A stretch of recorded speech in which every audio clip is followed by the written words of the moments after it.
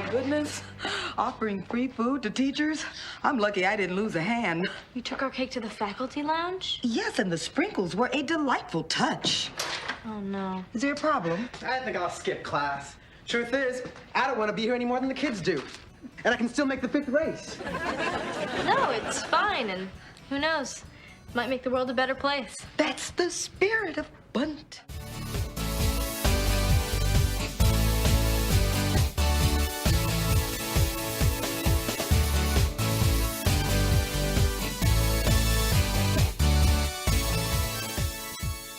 Ladies, gentlemen, levitating teenage girls, welcome to another episode of Sabrina's Witch Trials. I think I was supposed to You were supposed to get super excited, but you didn't. Woo!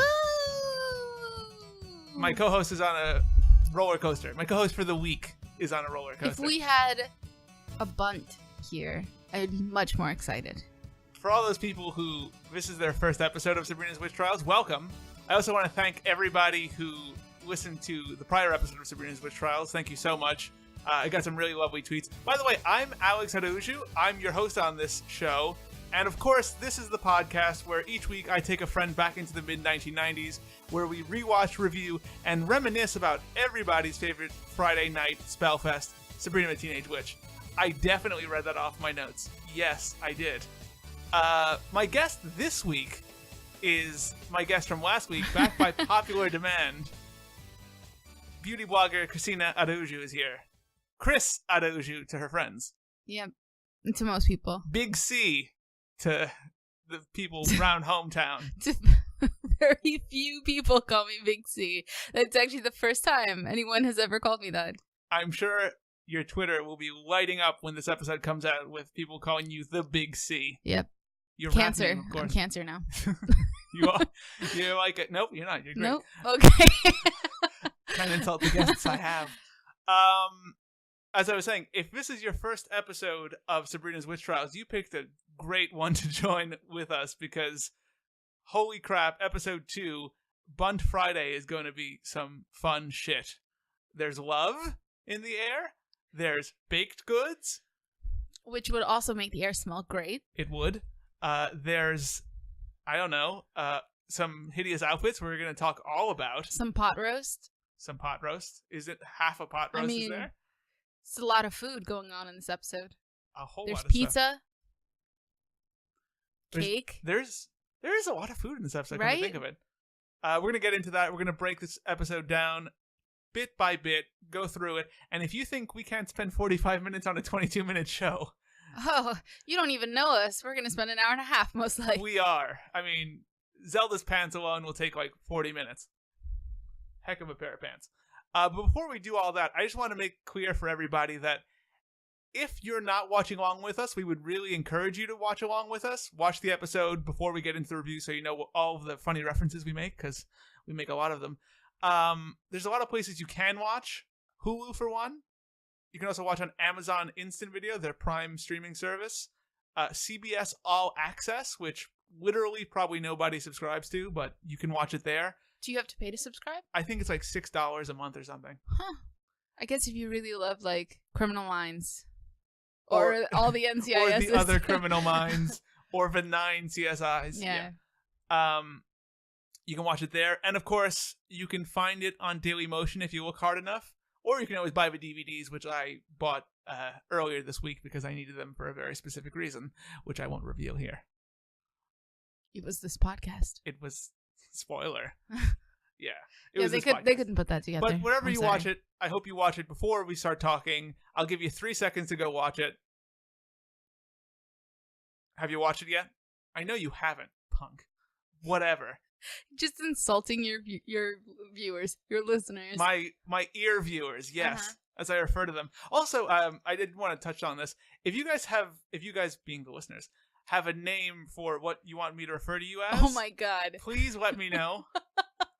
Because I love it when viewers or listeners have a name for themselves. So if you have an idea for a name, let us know at Sabrina Podcast on Twitter. Pluggity plug. All right, let's get into episode 2 of Sabrina the Teenage Witch, entitled Bundt Friday. Cris, Mm-hmm. If you had to describe this episode in 8 words, how would you describe I it? forgot about this part. That's Damn. right. I mix up the numbers each week. It was 7 last week. It was 7 Yeah. last week. Okay. You're going to have to cut out so much pausing. As I often do. Yeah. Hold on 1 second. Let me think of it. Sabrina and Jenney both like Harvey. Yeah. No, you have 2 more. Libby's lying. Good. Listeners, you won't believe how long that took. It took so long. 8 is not a good number for me, apparently. 8 is not No. enough. I think my 7 was better than my 8, quite honestly, so. Well, yeah, but I mean, I'm a tricky bitch, so Yeah. each week I change it up. Tricky witch. Yep. So people are going to get so sick of hearing us. Of course, it's fine. Me and my guests replace. Don't listen then. Bitch with bitch. No, please listen. 'Cause Honestly, don't. Al will get mad at me. If you want me to get rid of Chris, I'll get rid of her right now. Whatever you want, guys. Okay. Just get someone who can actually count.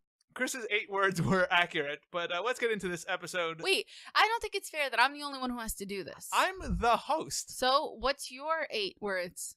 I don't need to get 8 words. Oh, no. Watch. Let's just make the monkey dance. Yeah. Each week, monkeys dance on Sabrina's witch trials. Have you not read the description to this podcast? No. That was not in the pamphlet I Each received. week, monkeys dance on Sabrina's witch trials. 8 words. I don't like it. 8 words exactly. All right, let's get into episode 2, Bundt Friday. We open in Sabrina's bedroom. Go figure. Hold up a second. Yeah, Did you just say Sabrini? I did. It's from a later episode where Salem calls her Sabrini. Also, I think it's cute. I thought you just fucked up. No. Al, fuck up something? Not with all the cuts he makes to this podcast. No, let's leave all of Chris's foibles in. That's right. So Sabrina's in her bedroom, studying her magic book, and poor her. Magic is just too hard to study. It's episode 2, and she's already bitching about how hard magic is. Honestly, she is not putting the amount of effort into studying magic that she should be. Anyway, her Aunt Zelda, the good aunt, tries to explain that magic is important and she needs to study harder, and tries to help her to study by maybe giving us the best line in this episode about a camel. Let's go to that right now. Ah, here's one for silence. Affix the taste organ of a humped ruminant adjacent to one's dentation. I have no idea what that means. It means put a camel tongue in your mouth. It works. But you'll find out why camels spit so much. I love it. Humped ruminant. She delivers it so well, and it impresses me. It makes me realize how hard it must be to be an actor, because people don't really think about it, but you have to memorize a lot of fucking complicated dialogue. Shit's difficult. That's what the job is. When I had to do a presentation in school, I would hesitate and memorize it for 2 days before. I just wouldn't memorize it. I just wouldn't do it. I'd say fuck you, and I wouldn't show up. I go smoke behind the school. I never smoked. I would just read. I'm just reading. Hang out reading behind the school. Anyway, so Zelda's trying to encourage her to be a good witch, and then Hilda's just like, nah, fuck that shit. Let's have some fun with magic, and throws her a hideous top hat that Sabrina for some reason has in her closet. And turns to Magic for Dummies, because it's the 90s and everything had a for dummies version. Basically. And what does she do, Chris? She teaches Sabrina the oldest trick in the book. The literal oldest trick in the book, how to pull a rabbit out of a hat. That's so old. Mortals are doing it. It is pretty accurate. I mean, yeah, they do it. And I think the joke is an okay idea.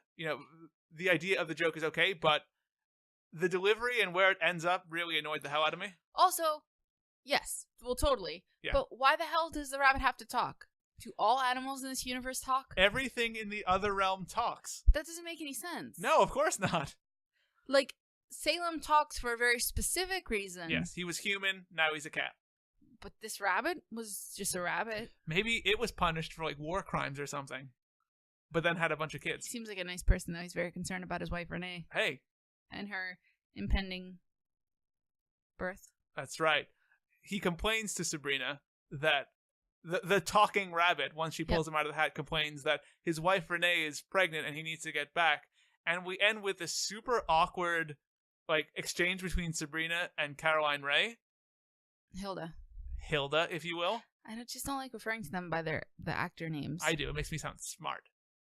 Yeah, but you're talking about the character, right? I am talking about the character of Okay. Hilda. So there's a super weird, awkward exchange that ends with Sabrina just being like, "I didn't know," and looking over at Zelda. It's true, and it's In the honest. most awkward way. It's honest in terms of performance, but it's just a weird way to go into the intro. Abracadabra. Hey, it worked. I pulled a rabbit out of a hat. Hey, put me back. My wife Renee is about to give birth. Oh, sorry. Oh, relax. That happens a lot with rabbits. I didn't know. Yet again, like the end of the last episode, I felt like it was as if they wrote it thinking, no, we'll get a better line. Let's just do this as a placeholder, and then we'll record something better. And it just never happened, and they just left it in. Yep. Because Hilda's basically like, oh, well, like, she makes a joke about how, oh, that happens a lot with rabbits, because rabbits have sex all the time, and then they're always having kids. And Sabrina is kind of just like, oh, I didn't know. Yeah. It's just a weird way to go into like super upbeat and then the song intro. starts. Yeah. Like, so weird. But the intro. Yeah. The outfit this time Mm-hmm. was a reference to Clueless. Which Clueless aired the show, not the show. Clueless the movie. Which aired immediately after Sabrina the Teenage Witch. Which she actually sounded a lot like the actress who played Cher on the show. Well, I mean, they're both white girls in the 90s. I just thought it was a very good impression. And also, did you see her backpack? The stuffed animal backpack? I did. She had that, whatever her name was. I don't remember Clueless She very well. did. It was a big thing. I had one. I had a teddy bear. It was awesome. Yes. Did you like wear it to school or? No, it was too small to fit anything in. It's like a mini backpack. So really, which mini backpacks were also very in the 90s. Also had one of those. It was green. It was like a hunter green, with I think like a brown suede top. Green and like brown. snapped. What was this, Sabrina's jacket from last week? Shit. It was legitimately like a trend. Like those folly colors were very in. I had a teddy bear. Mm-hmm. It didn't actually fit much in it. You could probably fit like a small notepad. Like you could fit something slightly bigger than the size of your cell phone in it. Like a small notepad. Yeah, that's about it. That's about all you're fitting in there. That was your beeper. That was this week's backpack chat. Who did anyone else out there have a stuffed animal looking backpack? And if you did, what animal was it? Yes. If you have a photo, and what size notebook could you tweet fit us in that? One I'm very curious. One last thing about the opening scene there before we got into the intro. Caroline Rhea is wearing some very serious mom jeans that give her a big old butt. They do. Like a big wide butt. They do. She was holding up, I think, one of Sabrina's dresses against herself in the mirror before putting it in the closet, and I was kind of just like, honey, with that ass, that dress is not gonna fit you. Popping out all over the place. But she isn't big. I mean, she gets bigger over time. She does, but if you look at a lot of the outfits she wears, she's not much bigger than Zelda. I mean, she is. Zelda's more lanky. Yeah, definitely. All right, so after the intro, we cut to the next morning where Sabrina comes down and she talks to Salem, who's telling her he's having a bad fur day after not being able to sleep, even after reading Sabrina's diary. What? That's Salem. In which there are some huge revelations. There are. Salem asks her who Harvey is, and she says, nobody. And he points out that clearly he must be nobody with the greatest sideburns ever. Or perfect sideburns. I think the world's most perfect sideburns or something. That is accurate. Yeah. Who's Harvey? He's no one. Yeah. No one with the world's most perfect sideburns. That's enough. Harvey and Sabrina, Harvey and Sabrina, Harvey. His sideburns are kind of not. They're not the shining feature in his hair. No, well, his hair does like put everything else to shame, but he has very nice sideburns. It seems like we're joking. He's got some awesome 90s hair. Boy has some good hair. Hilda comes downstairs jubilant because, lucky her, she's got a date with Drell. Which, same Drell from last week. Yeah, if you remember from the last episode, Drell is a member of the Witches' Council who she used to have a thing with, Yes. and he left her at the altar. He ruined the Parthenon or whatever it was. Yeah. Her father never got the deposit back. He never did. No. Zelda tells Hilda not to get her hopes up, though, because as she knows, Drell always breaks their dates. And Hilda notes that at least he always sends a gift. Chris, what is that gift? Beef. It's a big hunk of beef. A pot roast, to be specific. Because the Beef Council is sponsoring this podcast. Because flowers wilt. Say it with beef. Honestly, I will say this. I don't like the character of Hilda. That was great. This is actually a pretty good episode from Hilda, but line. a great fucking line from Hilda. Flowers wilt. Say it with beef. I think there needs to be a Hilda Spellman guide to romance. The unfunny guide to I mean, love. if you put together elements from each episode, you could totally make a guide to romance. Sure. Just from Hilda. I mean, Hilda gets into a lot of ridiculous situations. Zelda's guide is just like the mailman always knocks twice. Yeah. The firemen love drinking lots of milk. Yeah. She's just like firemen a lot. That's a and great teachers. Episode. Anyway. Or principals. Yeah, it's true. School workers. Oh, janitor. Greg. That's a weird name for a janitor. Hey. Anyway, naturally, the line, flowers wilt, say it with beef, sends Sabrina running to school, as it should. I have something to note in the scene, but you go ahead first. Okay, things to note in the scene. There's some awful clothing in this scene. The outfits in this scene. Most importantly, I would say Hilda's vest, which is not only, I guess, like a faux suit look. It's high on the neck, which most things in the 90s were pretty high cut, so it hits her very high. Mm-hmm. She has like a white like thermal under it, yeah, which I thought was kind of weird, but again, very 90s. But it's like purple, black, and like I couldn't tell if was gold or green, but it was like some in between sort of color, and they're vertical stripes. Yep. I was like, of all the things to wear, why the fuck would you put that together? Fucking hideous. She looks like she got it out of like the Joker collection of outfit wear. She should be terrorizing Gotham City. You mean Trump's collection? Like, zing.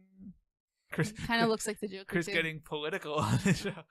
The real Joker it's is gonna running happen. For the Republican. It's gonna happen, guys. Okay. And then Zelda. Yet another ensemble that just needed some help. I kind of like Zelda's outfit though. Zelda has these pants. They're gray slacks that have fucking pleats for days. Oh, and they're high-waisted. They're super high-waisted. And baggy. It's like you just took a huge length of fabric and decided you were going to make pants from it, but it was so big and you were like, I don't want to cut anything and then waste it. Let me just use the whole thing and just pleat it all. Oh, it's amazing. Like, clearly somebody worked for a long fucking time adding like 50 pleats to these pair of pants. They were long pleats, too. They were awesome. Which I get because you want her to look long and lean. This podcast is quickly descending into, can you believe what we wore in the 90s cast? I like it, though. But her ass looked super flat in them, too. Yeah. That blue shirt did make her eyes pop, though. I also thought that in this episode, Zelda's hair looks weird, like very flat. I just didn't like her hair in this episode. I didn't know. Welcome to Al Judges People. If you didn't want judging, you came to the wrong podcast. That's basically all podcasts are anyway, so you knew what you were getting into. If it's a review podcast where you're reviewing a show, you got to expect critique of some kind. Okay, so Sabrina gets to school, and lucky for us, she has home economics class. Which I'm jealous of because we didn't have home I was going to ask you, did you never have it? No, and that really pisses me off because I read something the other day where people are, I guess, petitioning. There's a whole big movement that people want to bring back home ec classes because kids are graduating without knowing how to boil an egg, without knowing how to sew a button on a shirt. Unable to cook pasta. Shut the fuck up. I can cook pasta. I'm sure. I'm not saying you. Mean. No, but I think it's important. Yeah. And I'm kind of upset that I didn't get to take home ec. I think they had it in junior high, but I didn't get to take it. My high school had it. And in fact, my my earth science teacher, I think, also taught like the cooking class. Because one time he was talking about how he tried to bring in Tabasco and he got in trouble for bringing in Tabasco. Really? Yeah. But I just never had the class. I knew where like the class was. Like my film class was just across the hall from it. It made me sad. Like I would have loved to take a class where I got to bake or cook. Like these are important. Or fold napkins. They're just learn to iron. Like these are important things. Yes. I don't know how to iron. She and doesn't. I will be completely frank. The one time I tried ironing, I burnt my skirt and then decided I was never going to iron again. And She never did. I haven't because I don't want to burn any more of my clothes. To be clear, I can iron. Al can iron. Congratulations, Dick. Thanks. But I didn't have home ec, and I feel like I would have learned some important things. Like napkin folding. And that's what Sabrina learns. Because for some reason, it's napkin folding day in home economics. I just want to make this clear right from the get-go. I love the fucking character of Mrs. Bogzigian, played by Ella Joyce.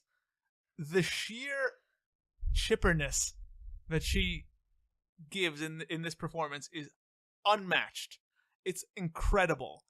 Even about like such stupid things. I mean, napkin folding. Not only should she give a great history of napkin folding, she starts with the bishop's mitre, which I like the way she said mitre. I know. She said it. I don't know what it was about the way she said it. It was mitre. I can't imitate it, but it was really good. Go listen. Now, the use of the cloth napkin exploded in the early 19th century, and since there was no TV, napkin folding became a popular art form. Let's start with the bishop's mitre. It's incredible. But while she's teaching Sabrina and Jenney how to fold napkins, basically the whole class how to fold napkins, that bitch Libby, her official name, and her friends Cece and Jill are behind Sabrina and Jenney talking bad about them. Even though Sabrina seems to think that they're not, which, what a fucking idiot. In all honesty, because Jenny's all like, oh god, Libby and her friends are making fun of us, and I forget what Sabrina says. It's like, don't be paranoid, Jenney. Don't be paranoid, Jenney. Which, let's be honest, in the last episode, she called you freak 9 times, and then, like, mocked you incessantly. Is it that hard to believe that she doesn't like you and is making fun of you? Oh, that Jenney. I don't know. I think just because Jenney came up with it, she's all poo-pooing it. If she had been like, oh, you seem to think that she doesn't like Jenney. I don't think that she doesn't like Jenney. I feel like she doesn't like Jenney enough. Does that Jenney make sense? deserves to be liked more. No, I feel like they're friends out of convenience at this point, and it's more, you're the person I'm thrown in with, and, you know, we can talk about things, and that's it. Like, they're not close. Yeah. I mean, if you think about it, they haven't shared who they have a crush on, like... Yet. So, it's episode 2. It's early stages of their friendship. It felt a bit like they were just... Jenney hasn't even slept over her house yet. I know. It just felt a bit like they were just friends for, you know... convenience's sake. Because there's no one else. Harvey comes over needing help folding his napkin into a bishop's mitre because he can only make a snowball. Hey. Hi. Hi, Harvey. I'm having a little trouble with the bishop's mitre. The best I can do is a snowball. Fuck you, Harvey. I don't even remember that You joke. have nice hair. You're so mad about it. Anyway, so he needs help, and Jenney folds his napkin for him while he invites Jenney and Sabrina to come with him to the slicery to watch him eat a bunch of pizza. I have so much to say about this whole thing. They accept, as you do. What do you have to say, Chris? So, first of all, Harvey walks over in probably, I'm gonna say it now, the worst piece of clothing in this episode of Sabrina. It's bad, but I still disagree. Okay, let me break this down for you, okay? It's a jacket. Oh, I thought you were going to start rapping. Kind of let down. Rapping about his jacket. Let me break this down for you. It's a jacket that looks somewhere between a race car driver and a mechanic would wear it. So his jacket is brown, cream, and blue. Yep. With stripes. And the collar and some of the stripes I think are brown like suede. It was just so bad and so 90s. I kind of liked it. Oh, it was pretty disgusting. What I didn't like was Harvey's little, like, capricious little bow that he does when Jenney folds his napkin. Yeah. I wanted to punch him Well, right in the face. I thought it was kind of, it's not dickish because he's sweet and like it's a little dickish. and he's so, straightforward about it, but he comes over and basically just gives his napkin to Jenney she offers. She's like, "Oh, let me do it." But she doesn't show him how. She does it for him and hands it back, which I think is a mistake on Jenny's part, because I get that you want the guy to like you, but Jenney, if the bitch can't fold a napkin, how's he going to provide for the family? That's right. God knows the napkin folding industry is exploding in 2016. I mean, he's going to pay his way through college as a cater waiter. If he can't fold those napkins for all the weddings he has to do, where's the money going to come from? True. After Harvey leaves, though, Sabrina and Jenney have this really awkward conversation about how it'll be, that'll be a lot of fun to go eat pizza with Harvey. No, not even eat pizza with Harvey. Watch Harvey eat pizza. True. Hey, theoretically, you guys, be around pizza. I took this class because I need to bulk up. Do you guys want to come to the pizza place? It's the Slicery, Harvey. We know it's the Slicery. That is true. That's one. Do you want to go to the pizza place and watch me eat a pizza pie? That was one of my lines in high school. It was like, "Hey, bitch, want to come see me eat far too much pizza? Come on, let's go. Let's see if I can do this." Like, then you can fold my napkin for me. I mean, you don't even invite them out to eat. You invite them to watch you eat. That's true. Which that guy's got some confidence for those sideburns. I love you, Harvey, but come on. Right. But his hair, though. That's true. But like I said, Jenney and Sabrina have this really awkward conversation that makes me kind of think that not only is Jenney interested in him, she kind of wants to, like, do with Harvey. She kept, like, when he walked away, she kept, like, shooting glances over at him. Like, while Sabrina was, like, looking at her napkin, she was just, like, checking his ass out. And, his back was turned to them. He was looking out the window. Is this when like he's staring out the window? Yes. Yeah, this is an awkward thing also where he's like just staring out the window in the middle of class. And of course, Jenney, as I'm going to be honest, most teenage girls do, and lots of adult women do, built Harvey up in her head, thinking that, he has all these poetic... he's thinking about poetry or nature or the poetry of nature. He has, a deeper part of himself that he doesn't normally show that matches her personality. She sees, these characteristics in him, which, let's be honest, aren't really there. Yep. It's what she wants to see. He's a bit of adult. Because his hair is lovely. Blinded by the hair. No, seriously, though. In this scene, did you see that flip? It was a good hair. It was like... The hair's great. But I did look at his sideburns, and... We see him real good later. Nah. The scene actually closes with more fucking Mrs. Bogzigian, so I'm real fucking happy. She comes over to try and help Sabrina with her napkin, and Sabrina's like, "Oh, I can't make the bishop's mitre," and then uses magic to make a rose, and then sniffs it like a bitch. I really hated the sniff. I wanted to punch her in the face, too. Wait, who snips? Sabrina sniffs the rose she makes. Oh, she sniffs it. I thought she snipped it, and I was like, "Yeah, you're upset she cut the rose? Long stem, idiot." I love Mrs. Bogzigian. She's great, and she's so much better in the next couple scenes. That fucking jaunty flight attendant neck scarf. Yeah. She pulls it off. Libby. That's right. Now we know who Libby's trying to be. Like, we get some Libby outside of the classroom, though, because Sabrina and Jenney run into Libby, and she not only mocks Sabrina's name, but, like, wishes they were both dead. Okay. She doesn't wish they were both dead. So, hold on. Let's play the clip, and then we can talk about it, because it's pretty clear, but she's hoping for them Sabrina to be dead. Okay, for one of them to be dead. Yeah. Oh, look, here comes our fan club. Hi, Jenney. Hi, Sabrina. Hey, is there something funny about our names? Not Jenny's. Why don't you guys just leave us alone? We're not bothering you. You're still breathing, aren't you? Freak. Double freak. It's pretty ridiculous. Like, if that happened in 2016, she'd be suspended from school. I mean, it's not, just girls being... It's straight up bullying. Yeah, it's a whole nother level of that bitch Libby. Fuck. Wants to kill him. I think we might have skipped a part, actually. No, I don't think so. I don't think we mentioned that neither of the girls was willing to admit that they wanted to be alone with Harvey.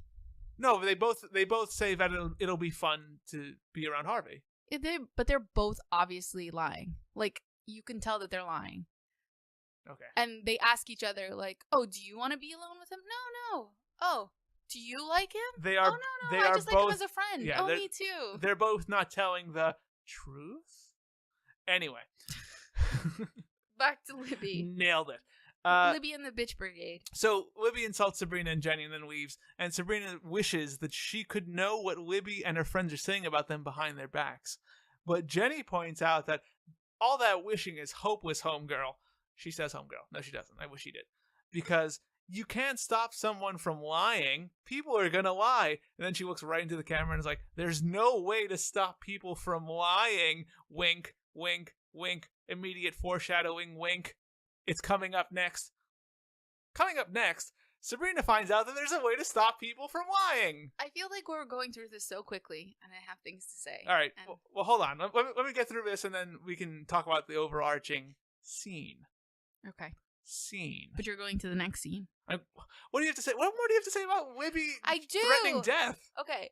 Well, first of all, the fact that she, like, says her name with a weird inflection and then laughs is super elementary school. Like, that's not even at your level. Like... It's true. I mean, come on. And then Sabrina says, "Leave us alone, we're not bothering you." And she says, she hits her with the heavy stuff. You're still breathing. You're still breathing, aren't you? Yeah. Which is basically like, your existence is irritating to me. Yeah, a nuisance to me. She wants her dead. I'm pretty sure, like, in episode 6, Cece just, like, tries to assassinate Sabrina.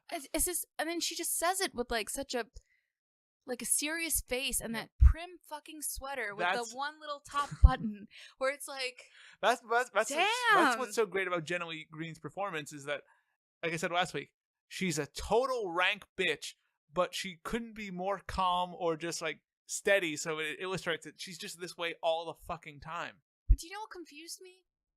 No. It seems like a lot of this is aimed specifically at Sabrina. Like, she says, there's nothing weird about Jenny's name, but you're weird. And then she seems to, like, have a thing about Sabrina. Well, I think part of it is because, like, Sabrina is the one that fights back. No, that's fine. I'm fine with her having a thing. But the thing that confused me was she calls Sabrina a freak and then calls Jenney a double freak. Yeah. I'm like, your math doesn't add up. Obviously. Point of order. Obviously, you were coasting in math class just like home ec, and that's why you're failing. You need to listen in class if you want your comeback. Listen, Jenny Green can do no wrong in my eyes. Aside from threatening death. Aside from that atrocious cake she'll make later. That's true.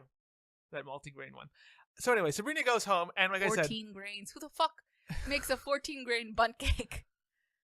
She gets home. She discovers that, in fact, there is a way to make people tell the truth. Duh, it's truth sprinkles. And she decides she's going to start making some fucking truth sprinkles right out of the magic book, cooking them up. But she's kind of swayed not to make them when she sees she's got to get her oven to 5,000 degrees. Did you notice? No. So she's having a conversation with Salem about making it in the kitchen. Mm-hmm. They included a scene of an actual cat pointing towards the book. Yeah, they do that. Check it again. And I was like, thank you so much for not putting the animatronic cat, because I would not have been able to deal with that. Disneyland reject. That close up. Yeah. It would have been really just fucking gross. I also liked in the scene where it's a really cute cat. They're talking about truth sprinkles, and Salem notes that that's how the Witches Council got him to admit that he wanted to take over the world. Yeah. I like that, like, world building that's going on there, where we find out more about Salem and how he became a cat. I like that. But Zelda comes home and points out that, you can just use instant truth sprinkles. Mm-hmm. And we get a really weird fucking line from Zelda where Zelda's talking to Sabrina and she's like, "Oh, are you going to make them from scratch, or are you going to use instant?"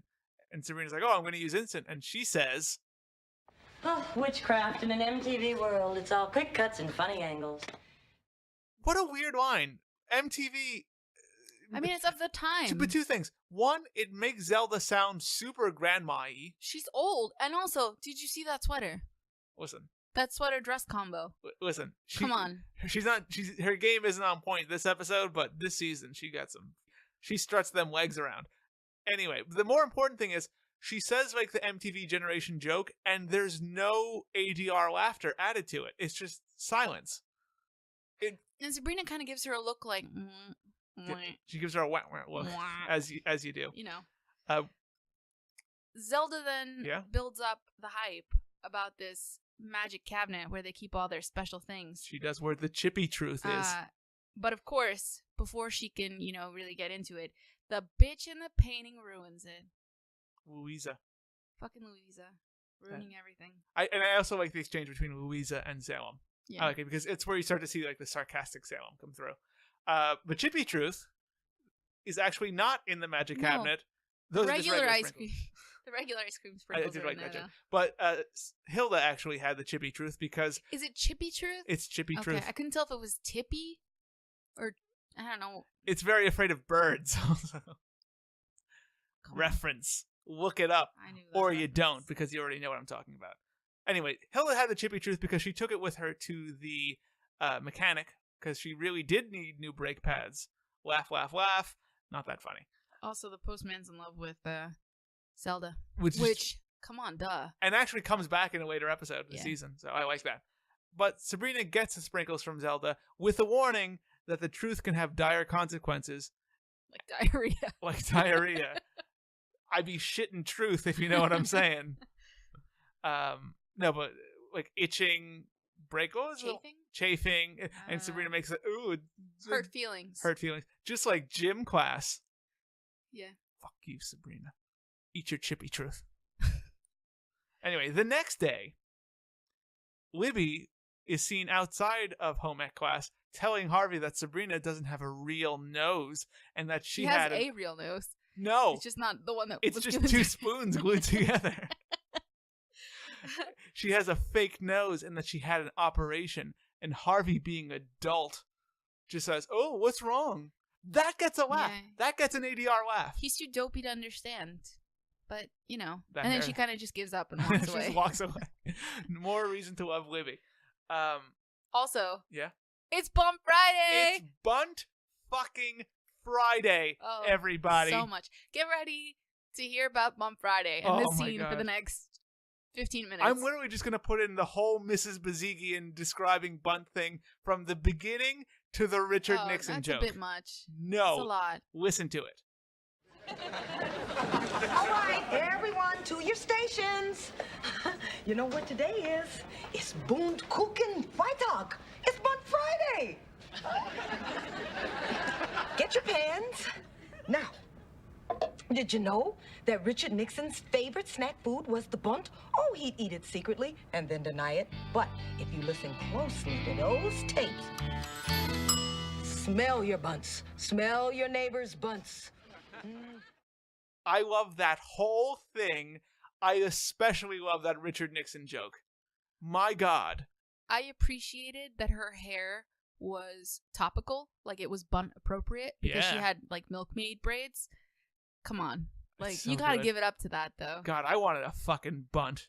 I wanted to be Bundt buddies with Mrs. Bogzigian. Oh my God, I do too. Know what I'm saying? We can smell each other's bunts. That's right. Smell your neighbor's Bundt. She also did make an awesome Richard Nixon Bundt joke. Studebaker Television. North Korea, South Korea, Maryland, Monroe. Sweden, South Too much, Al. Too much. Then she tells everyone to smell their bunts and to smell their neighbor's bunts. That's right. Which deserves many laughs. Sabrina, guys. it's a good fucking joke, and she says it straight faced and chipper. It's just fantastic. Even better delivery, I agree. Libby gets offered a piece of Sabrina's Dutch chocolate cake, which Jenny thinks came out way better than her 14 grain, which in reality did. It looks pretty good. Chocolate is always better. It's true. It's always better. That's actually what ends up. That's what makes Libby taste the cake. But what Libby doesn't know is that Sabrina spiked it with some truth sprinkles, y'all. Those aren't ice cream sprinkles. That's that Chippy Truth shit. Here's my problem. She put sprinkles on a Uniced Bundt cake. Yep, just on a regular Bundt Where cake. the fuck are these sprinkles sticking to? Like the cut cake. Cake is like moist. I hope it was a moist chocolate cake. Well, Dutch chocolate. How could it not be? It better be. Welcome to Sabrina's Cake Trials. Anywho. No, these are the stupid things that stand out to you. I was true. just like, what is that sticking to? Libby tastes You're the gonna cake. have sprinkles all over the plate, none in her mouth, no truth This will is be not spoken. what I thought of, but whatever. Libby tastes the cake, and man, do we get some great lines from Libby. We find out that Libby's been saying that Jenny's dad is in jail, she cheats on tests, and, of course, that Sabrina has a fake nose. Then she goes one step further for some reason and says that, in fact, it was Jill who came up with the nose thing. Jill's her blonde friend. Who's busy throwing up at this point. Who is, because of Libby's gross 14 grain cake. Thank you. Which I actually love. I love the background acting of Jill and Them Cece running this episode. to throw up in the sink. It's great. But Libby reveals that, in fact, it's ironic that Jill came up with the fake nose thing and then just taps her nose, which is one of my favorite things that people do in TV series. It's so good. It's like, yeah, do you know what I mean?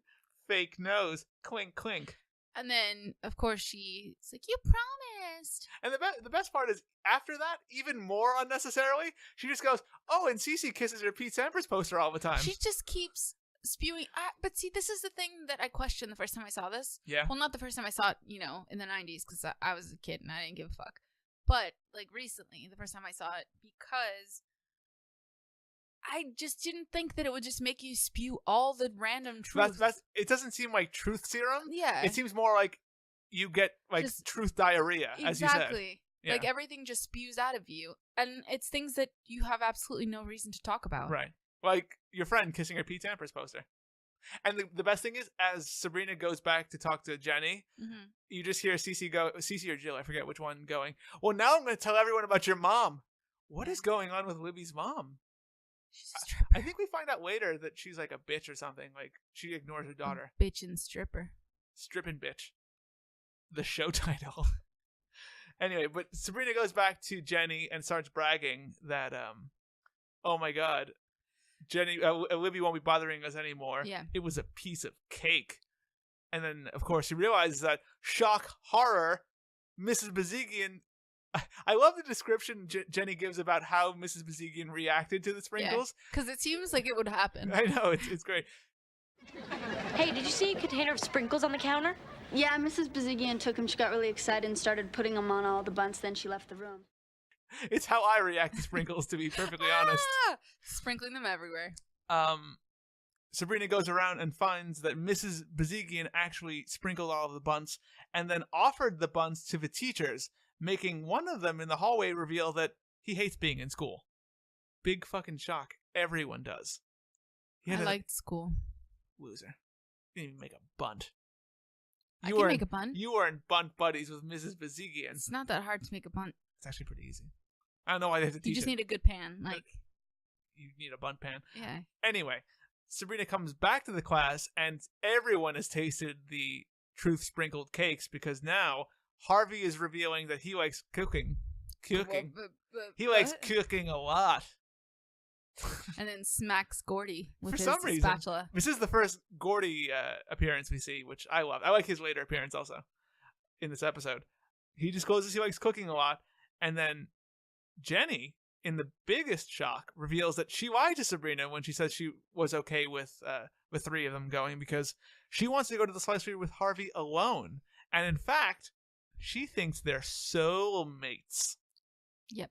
Not like Seoul, the city. No. Japan mates.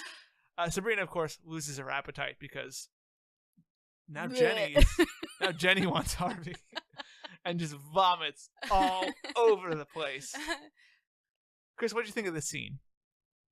Just that last part when she comes back, or the whole overarching bunt scene? I thought it was great. I liked everything pretty much. I mean, I don't know. I feel like I didn't appreciate Sabrina as much as I did the other characters. I feel like this wasn't really about Sabrina. This is a great scene for Mrs. Bogzigian. Yeah. Especially in the hallway when she gives one of my favorite quotes. Sabrina says, "Who knows? It might make the world a better place." That being with truth sprinkles being out there. And Mrs. Bogzigian says, quite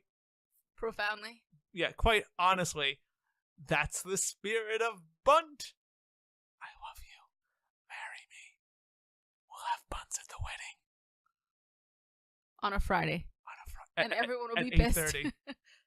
The next scene, of course, Sabrina's walking around Westbridge, looking at all the trouble that her truth sprinkles have created, including there being a sassy blues-playing counselor who tells one of his counselees that he has no future in the best way possible. By singing. An incredible blues song. And my favorite part of that little scene? Welcome to Loserville. Welcome to Loserville, but also his like thrusting when he's dancing. It's great. And also, maybe the best part, the person he's singing to just like looks at Sabrina just like sadly, blankly, just like turns to her and is like, "Kill me now," and turns back. Really good. Of course, Gordy, having tasted the truth sprinkles, reveals to one of his friends that he's a Voyagin. No, his friend reveals it to him, and then he says, "Me too." Yes. Well, he's still. And then he said, "They're both Voyagins." Now I feel awkward. Yeah. I wanted to see like the more adult version of that, where he's just like, "Yeah, I jack it all the time. What's going on? What's wrong with that? Want some cake? Nothing's wrong with that. Want some truth sprinkles?" Poor Gordy. Poor Gordy, and he eventually does get to hang out with Zellery, so he's doing pretty good. Unrequited love on the whole. Harvey eventually walks up to Sabrina, and she basically explains that she's not going with Jenney and Harvey because she doesn't feel well. Well, in reality, she doesn't feel well for a different reason. Jenney. But Harvey's like, "Oh, whatever. I guess I'll have to gorge myself in front of just Jenney."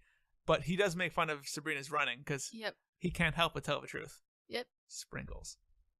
Back at home, Hilda is getting ready for her date with Drell, and she's trying on outfits, none of which are great, but weren't really offensive. She tries on tough chick, damsel in distress. Damsel? Yeah. Damsel. Denzel in distress. Denzel Washington in distress. That would have been a great movie. But she settles on tough chick in distress, which when I first saw this episode, I thought you said tough chicken distress. Tough chicken in distress. She wears feathers. When I first saw this, I was like, she's going to end up sewing those two together magically. And that's what she does. And by the way, it's definitely the best of the three outfits. Like, it wasn't bad. I liked it. Yeah. I thought the first two looked kind of stupid, but together it kind of perfectly matches the character. Well, the first one was very her. Like, the tough chick is something that she had, like, it's an animal print and leather. Yeah. Like, it was something that she would definitely wear in the later seasons. And then the other one was literally just a fucking costume. Yeah. So. Just then, she gets a gift from Drell. A gift? A gift from Drell. I know. Yeah. She gets a gift. That's right. It's a cat gift from Drell. No. She gets a gift from Drell, but Zelda jumps to the conclusion that he's canceling the date, but oh wait, it's only half a pot roast, so that just means he'll be a little bit late. It's way better to send pot roast than flowers. Let's be clear, because at least they get a snack.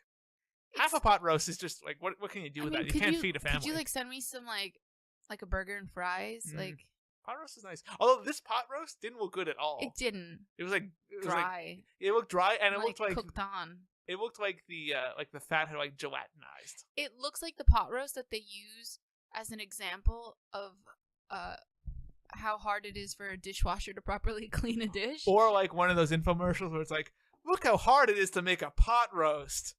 This is what you end up with. Sabrina arrives home. With the tippy truth. That's right. You put some tippy truth on that pot roast. Everybody loves it. Sabrina arrives home and tells Zelda about her awful day. Zelda basically tells her to, buck the fuck up. Well, Hilda tells her, don't harsh my vibe. That's true. Until you're on. Hilda, continuing her streak of being a terrible guardian, tells her, listen, talk to Zelda. I've got me a date. Zelda tells her to basically buck the fuck up and that the sprinkles wear off in a day. So what are you complaining about? But in a nice way, because Zelda's nice. Anything you want to talk about here that I didn't touch on? During, actually, a couple of seconds ago, during the scene when she's still at the high school, we also hear the principal over the loudspeaker be like, "Oh, now that I've tasted this Bundt cake, I'm going to tell you all about how I go to the movies and charge the school for it." That's my Every least Friday or whatever it was. That's my least favorite Chippy Truth joke this episode. I don't like any of the principal stuff. No. He's a douche, which is why eventually they get rid of him. They do, for a much better Martin Mull. I don't have anything else to say about the scene. Okay. Sabrina then goes upstairs to practice her magic. She does. We'll find out more about that in a minute, but we then cut to the slicery. And what's going on at the slicery, Chris? Harvey and Jenney, they're meeting. Shit be awkward. Also, they give me basically a reading of, like, me interacting with any woman ever. Like, on a date, at the library, me trying to buy something at, like, Target. It's like, oh, hot's nice. Do you like hot? No, I like cold. Fuck, great. The lady at Walgreens thinks you're pretty. The lady at Walgreens does like, but she's like 50. But she said it to me. And she said it to you. Anyway, Jenney and Harvey have a super awkward conversation that I think is great. I think it's really well written. It's really clever. And we find out that Harvey doesn't like cold.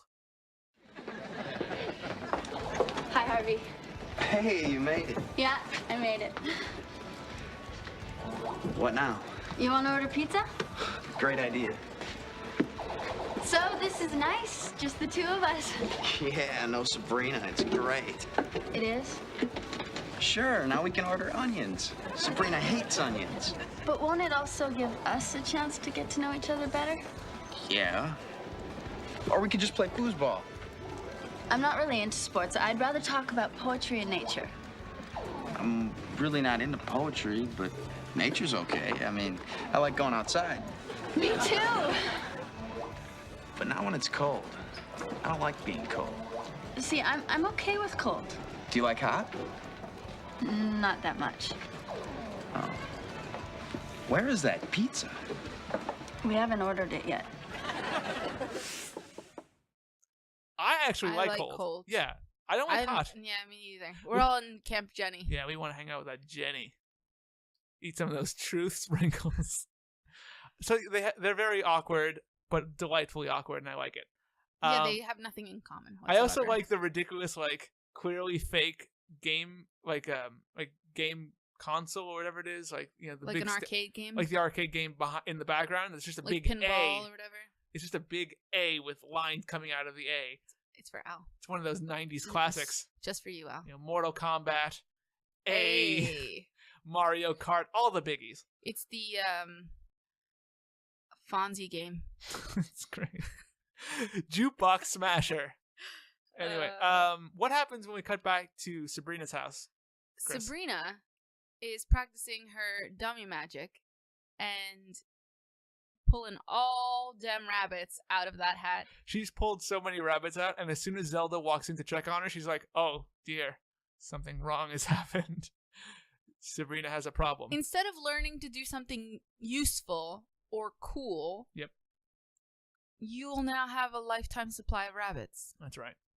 There are at least a good, like, 25 rabbits in the scene. I mean, honestly, if you were to make a deal with Mike from Cadaver Shack, honestly, you could have a motherfucking business going. Good point. Or if you were to just, like, conjure gold, which you do in a couple of episodes. No, she can't do that. No. Let's rabbits. Rabbit time. Yeah.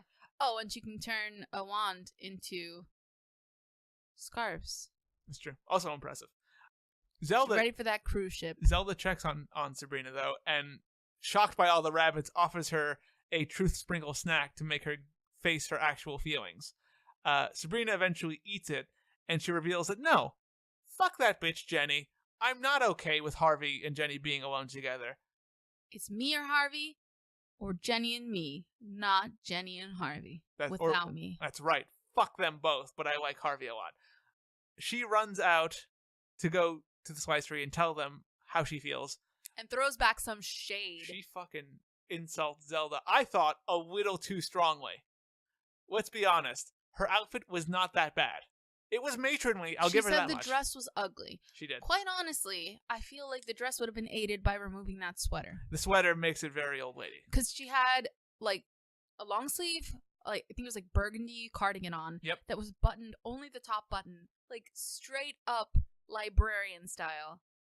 If she had a chain on her glasses, she would have been rocking those asses. What? If she had a chain on her No, glasses, I'm making jokes about asses. she would have been filing all those books away on the shelf. Her and Phil hanging out together. You're going to hear more about Phil in the future, my friends, the listeners. I don't have a name for you guys yet, so I'm just going to call you the listeners. Come up with names at Sabrina Podcast on Twitter. It's not creepy at all.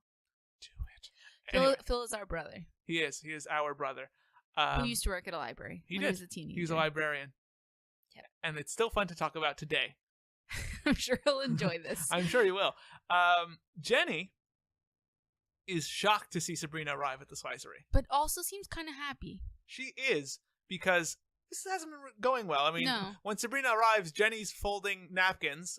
Probably learned into swans. She learned from Mrs. Bogzigian. Someone is obviously diligent with her studying. And Harvey is eating far too much pizza and wiping his mouth with swans. Because he's a rude. Sabrina explains that it's a great way when she enters. She comes in and says, "I've come to speak the truth." Yep. Bitch, when you enter a room like that, you know you better have something strong to say, because it can't be like, "I've come to speak the truth. I love granola." No. She speaks the truth real hard. She starts to explain that she wasn't comfortable with all this, but Jenney cuts her off and is like, "Thank God you're here. This is terrible." Yeah. He's not my soulmate. He's not my soulmate. I was wrong. Harvey eventually pulls them away and is like, "Listen, get over here. Someone has to watch me eat all this pizza." Yeah. He's gross. But I love him. But he's gross. Well, he says, "Are you guys talking about me?" And they both say yes. Yeah. And he says, "We'll talk about me over here." It's a cute line. It is. It's a cute line. It's Harvey. He's cute. He also then becomes a big asshole because he and Jenney start talking about like how they don't like each other's company. You see the paper in her hair when Sabrina walks in. I didn't see it, but I noted it this time when I was watching it, because I knew the line was gonna come up, and I saw a piece of white paper in her hair, and I was like, "Oh, it's already in there." I appreciate that. Right, because they're all happy together, and they're like, "Oh, God, this is so great." And Jenney notes that she likes Harvey more when he's mysterious, because up close he's kind of a chewer. And he just like takes it to another level and kind of reveals like the lunatic in him when he's like, "Oh, well, sometimes I put pieces of paper in your hair and you don't even notice it." You know, Harvey, I think I liked you better when you were distant and mysterious. Up close, you're kind of a loud chewer. Yeah, well, sometimes I put little pieces of paper in your hair and you don't even notice. Isn't this great? Us being honest with each other and all.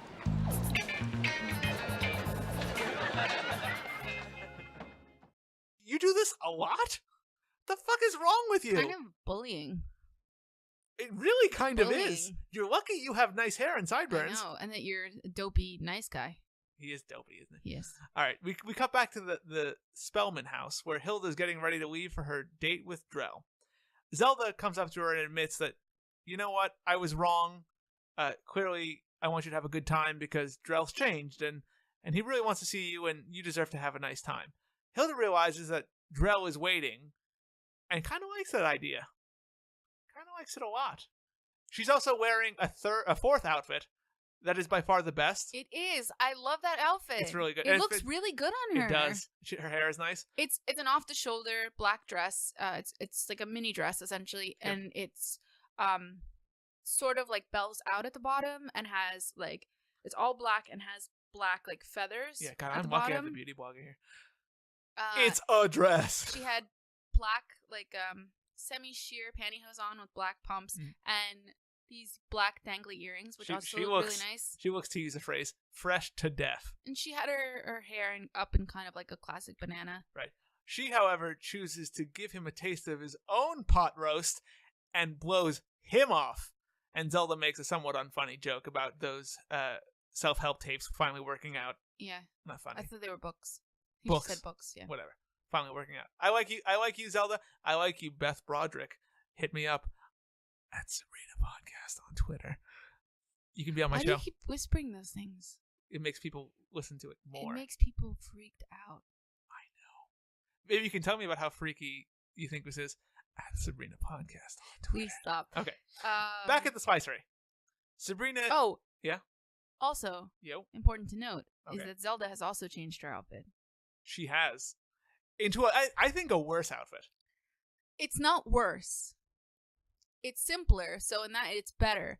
Except, so let me break it down. She's wearing a black cardigan, but it's trimmed on the collar and the cuffs. The cuffs with what I want to say it looks like snow leopard fur, like white with black polka dots. But it kind of makes me think just straight up Cruella de Vil. It is incredibly Cruella de Vil-y. But it's I'm like not mad Dalmatian. at it because it's younger than what she had on before. I think it looks a little bit worse. I think this is where I think her hair looks worse. maybe I don't remember her hair, but I think this is kind of like the ridiculousness of outfits that we start to see from Sabrina the Teenage Witch, and also the love affair with furry collars. Because my God, is there a season where Caroline Rhea wears a furry collar every episode? Yeah. But I at least expect to see more feathers on her dresses. The other outfit was just like a little old lady. Like this feels a little ridiculous and like unbelievable. Honey, that was not a little old lady. It was fine. She was a little old lady. Get it? Yeah, she looked like a little old lady. All right. Back at the spicery, Sabrina pulls Harvey aside as they're playing foosball, and she tells him that she has to be honest and she loves the sideburns. He's got the most perfect sideburns in the world. Chris didn't think so, though. I think they're pretty nice. I don't think his sideburns are all that. I think the rest of his hair is better. She also tells him that onions give him awful breath. Well, they're leaning in very close, and there's definitely that like whole look down at your lips, look at your eyes check thing where it's like they're gonna kiss, and then she says onions give you really bad breath. They tease it, but they don't give it to you yet. I do like this nice like natural build of she just met Harvey and now they're friends, and they're friends for a while, but eventually they start dating.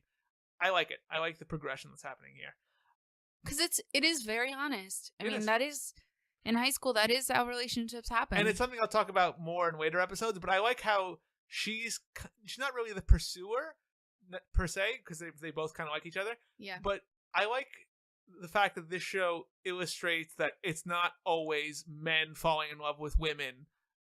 You know, it's not always male-focused. Oh, no. He's super dopey. He would nothing would ever happen if it right. were left up to Harvey. I like how you see that, you know, women find men attractive and go after them just as hard as men go after women. Totally. Especially in a teen show, I think it's important to talk about. Well, yeah. I mean, I think the show is definitely geared more towards women. Maybe now I'm just realizing why I am the way I am.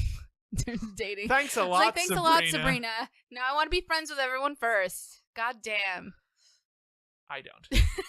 Either we're bunt buddies or we're nothing. Wink.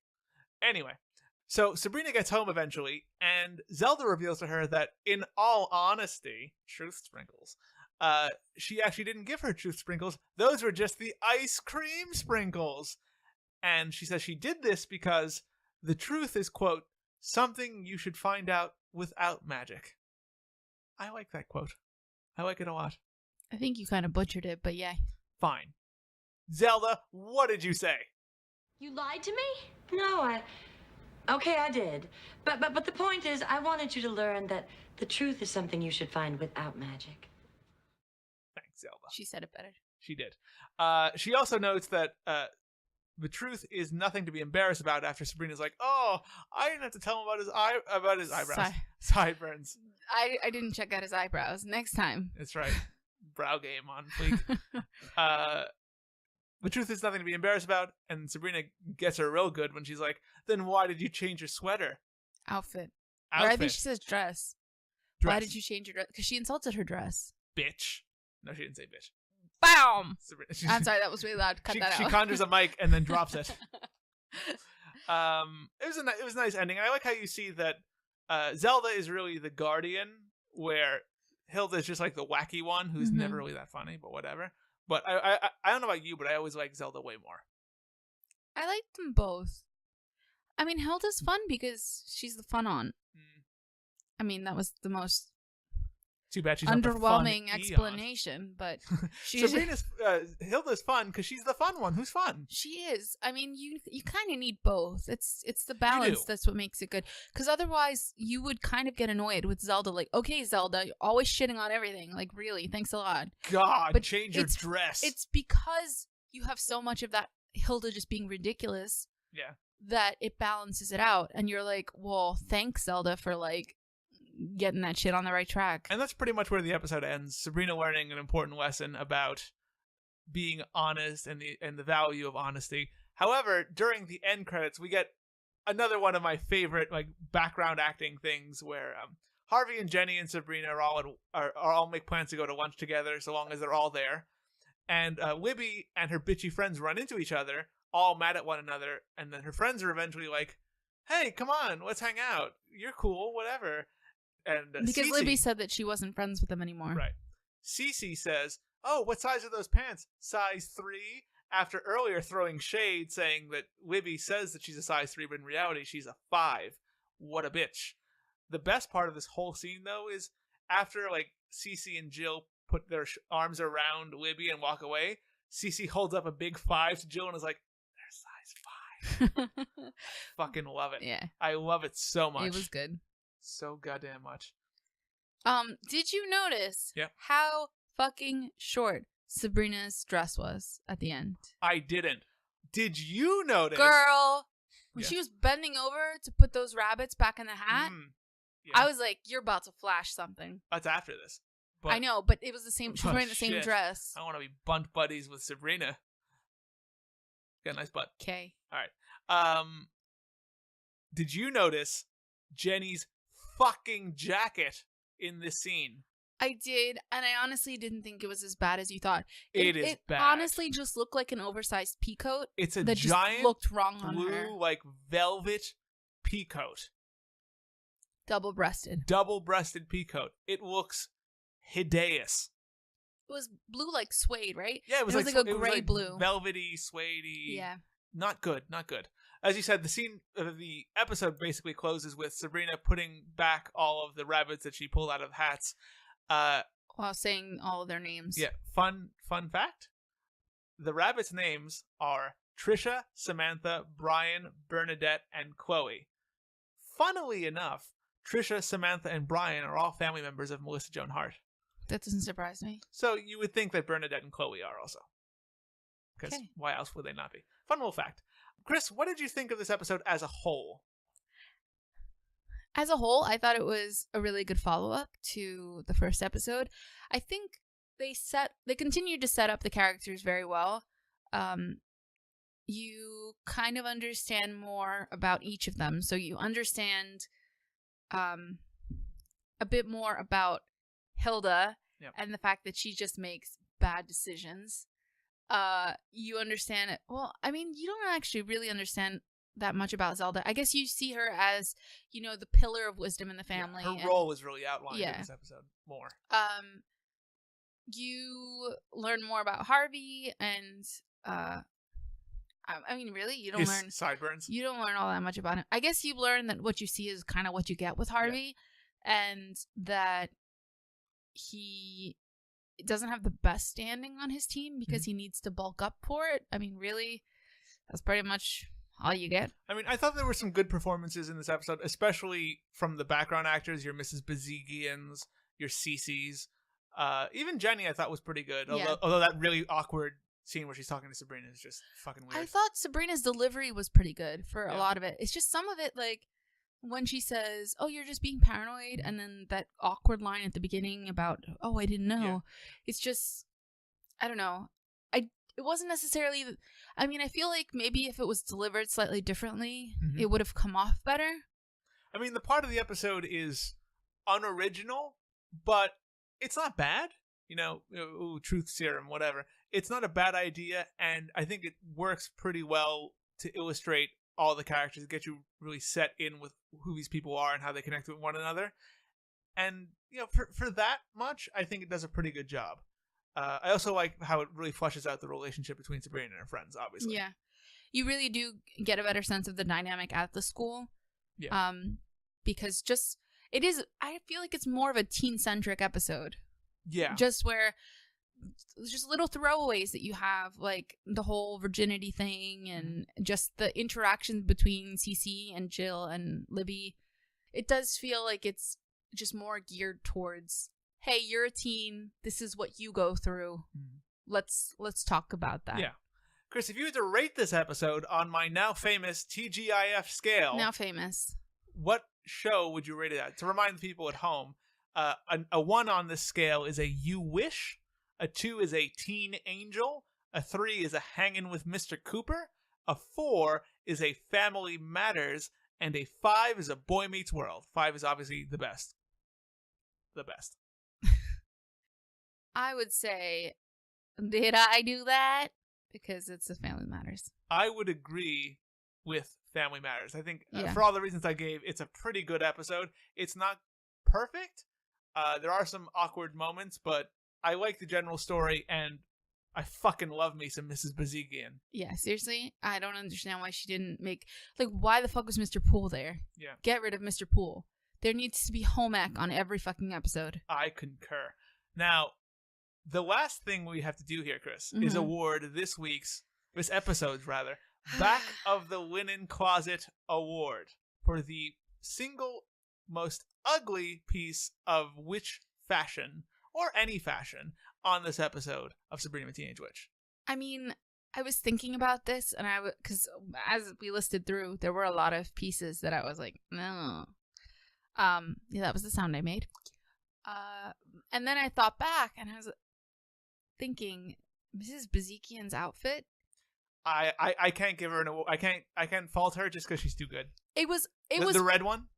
Yeah, because it was like a velvet top that was a button down with like a lace collar almost, or embroidered or something, and then the skirt was some like crazy, I don't know, it was like a very 90s like brown red print, and then she had the milkmaid braids. Yep.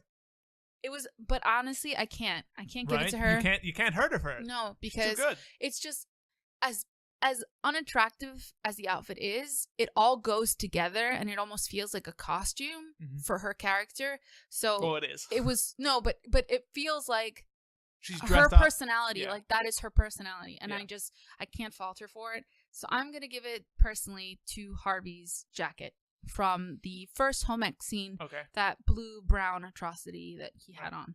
Personally, I thought that was god awful. Like, I would fault Jenny's jacket at the end more. But if we can both agree on Hilda's vest. That vest was bad, but I can't choose it over the jacket. Yeah. All right. Because I feel like there was so much of the jacket. All right. Like it was a big ass jacket. Chris's Back of the Linen Closet Award this week goes to to Harvey's jacket. Mine goes to Jenny's hideous double-breasted slouchy peacoat wannabe. It's like 4 sizes too big for her. It was big. It's ludicrous. That's all for this week's That's all for this week's episode of Sabrina's Witch Trials, folks. By the way, if you want to follow this week's guest, Cris Araujo, on the social media, you can at Cris Conkers on Twitter, at Cris Conkers on the Instagram, and you can always and should always visit her wonderful beauty and book blog, chrisconkers.com, because why wouldn't you? You're not an asshole. You can also... That's like a little guilt. You can also follow me at the Alex Araujo on Twitter. Don't follow me on Instagram. It's the same thing, but I'd never post on Instagram. And you can follow this show on Twitter at Sabrina Podcast. On Facebook, facebook.com/Sabrina's Witch Trials. On Tumblr? You can go to sabrinaswitchtrials.tumblr.com. That's basically the blog for this podcast where we post the episodes. If you want a direct link, you can get it there. You can also listen to us on TuneIn, Stitcher, SoundCloud, iTunes, of course, and your favorite podcatcher. Check us out in all those places. Next week, I will have, I believe, a new guest. Let's hope. And I don't want to come back here. We're covering a real barn burner of an episode, episode 3, I believe, entitled The Adventures of Rudy Kazudi, featuring not only boys... Kind of sounds like a porn title. Bundt buddies. Not only a baby becoming a big boy, but an appearance from legendary teen idol of the 90s, Randy Travis. So get excited for all of that. And who is Eddie Cibrian, yes. He's to be fair, he doesn't have nearly as many Tiger Beat front pages as Randy Travis. I just love Randy Travis. I'm sorry. Randy Travis. You and Hilda and He Zelda. was a big deal in the 90s. I think Apparently. he had a movie. Whatever. We'll be covering all that next week, next episode on Sabrina's Witch Trials. These episodes should be out every 2 weeks, so we'll see you in a fortnight. That's right. I learned what that is this week. And until next week, next episode, we will see you in the other realm. Smell you later. Oh, that'll be fun hanging out with Harvey. Yeah, that'll be a lot of fun. Just the three of us.